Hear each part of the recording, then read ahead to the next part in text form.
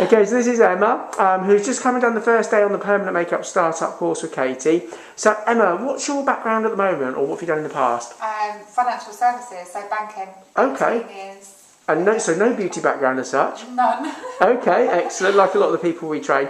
And what made you decide to actually look at permanent makeup then? So I wanted to do it for a little while, probably not done too much to get involved in it, but I just like, I love makeup, I love putting it on and that kind of thing. But I think the turning point, I was saying to Katy earlier, was when I saw the TV programme, definitely, and the emotions that came out of giving something back to people. So I know that you had the client on there that had cancer and that kind of thing, and it's that kind of thing, it's that feeling of giving back to people, so time saving or medical conditions that mean they don't look and feel their best and that kind of thing, and it really pulled on my heartstrings when I was watching it, and that combined with knowing that I wanted to do it before, I thought, right, that's it, I'm sold, I definitely want to do this. And then obviously, because a lot of people worry that, you know, if they book onto courses and there's lots of people in a group, that, you know, they might get left behind or not get the attention they deserve, that sort of thing. Was that a consideration as well, like the one-on-one training with Katy? Yeah, because I've never been in beauty, so it was really important to me. I've always looked after people in my role, and I know that everyone learns differently. So for me, it was really important that I was with someone that was going to be able to give me the time. If I made a mistake or had a question, I didn't want to feel silly or anything like that. And it's just been amazing, just being able to go at my pace and stop if I needed to ask a question or say, does that look right to you?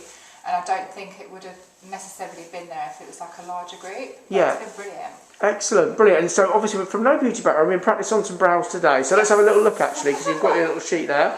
So you've actually been doing all sorts of different hair stroked brows and different shapes, and so the last ones are better. Yeah, okay. You started at the top and worked your way down. Okay, excellent. A little bit inky still, but so how did you actually find like using, you know, the microblaze and actually sort of doing the brows for the first ever time?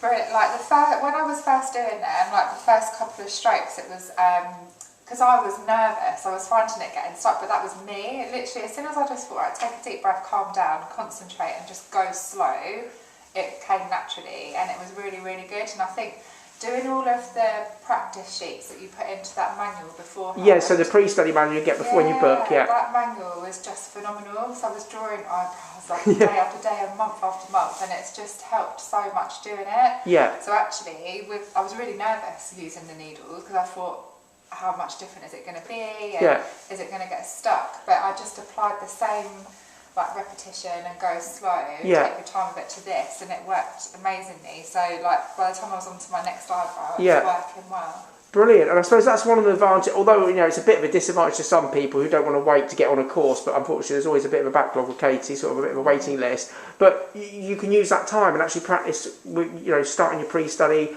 practicing your brow technique, so it comes in handy, I suppose. Yeah, 100%. I think if I hadn't had that time to practice, I definitely think that I probably wouldn't have got down to that level that I was at today. Because I think that, like, not straight, it would have taken longer. I mean, obviously I would have got there.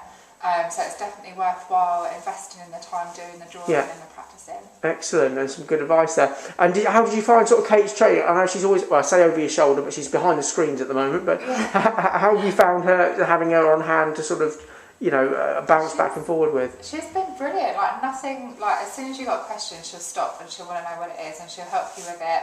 I felt silly, like I thought I'd messed up on one of the eyebrows. She was like, no, you haven't at all. Look, I'll show you how you correct it and that kind of thing. So she's just like, she puts you at ease straight away because she makes, like, I've never done this before, but you wouldn't think it. She's treated me the same as I'm guessing she would treat anybody else. Yeah. And she just takes her time and no questions silly. And don't worry if it takes you longer, we'll do it, don't give up, you've got it. So yeah, she's just been phenomenal. Excellent. After today. Brilliant. Well, it's a great first day, and obviously we look forward to catching up with you again tomorrow and then seeing how you get on a bit further down the line when we're allowed to start working on live models again. Yes, I can't wait. Excellent. Well, have a good night tonight, Emma, and we'll catch you very shortly. Thank you. Cheers, bye.